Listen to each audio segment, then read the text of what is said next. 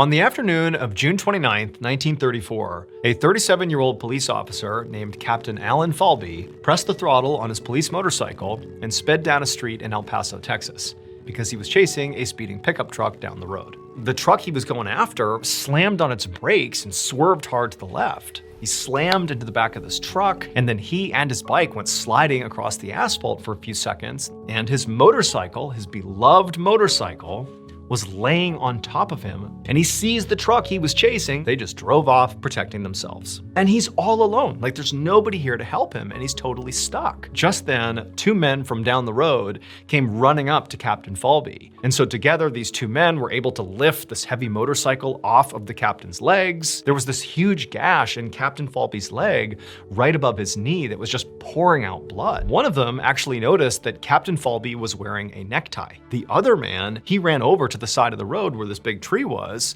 and he got a stick. And so the guy who undid the necktie, he tied it around Captain Falby's leg above the wound, basically cutting off circulation to that wound, a tourniquet. And then the other guy came back over with the stick, and he handed it to the guy with the necktie, and he took the stick and threaded it carefully through the necktie that was now wrapped around the captain's leg, and he began twisting the stick, wrapping up the fabric as he twisted it, which in turn mechanically tightened that tourniquet around the captain's leg. And it ultimately saves Captain Falby's life. In fact, by the time Captain Falby actually got brought to the hospital, and the doctor would tell Captain Falby that, he was about 10 minutes away from death from blood loss. 4 years later, on December 12th, 1938, Captain Falby was back at work when he got a call over the radio about a bad car accident that had happened out on Route 80. And the driver, or who appears to be the driver, is sitting still in the driver's seat, and they were unconscious. He rushes over to the car, and he carefully pulls this unconscious man out of the car, and he sees this guy has a horrible gash in his leg,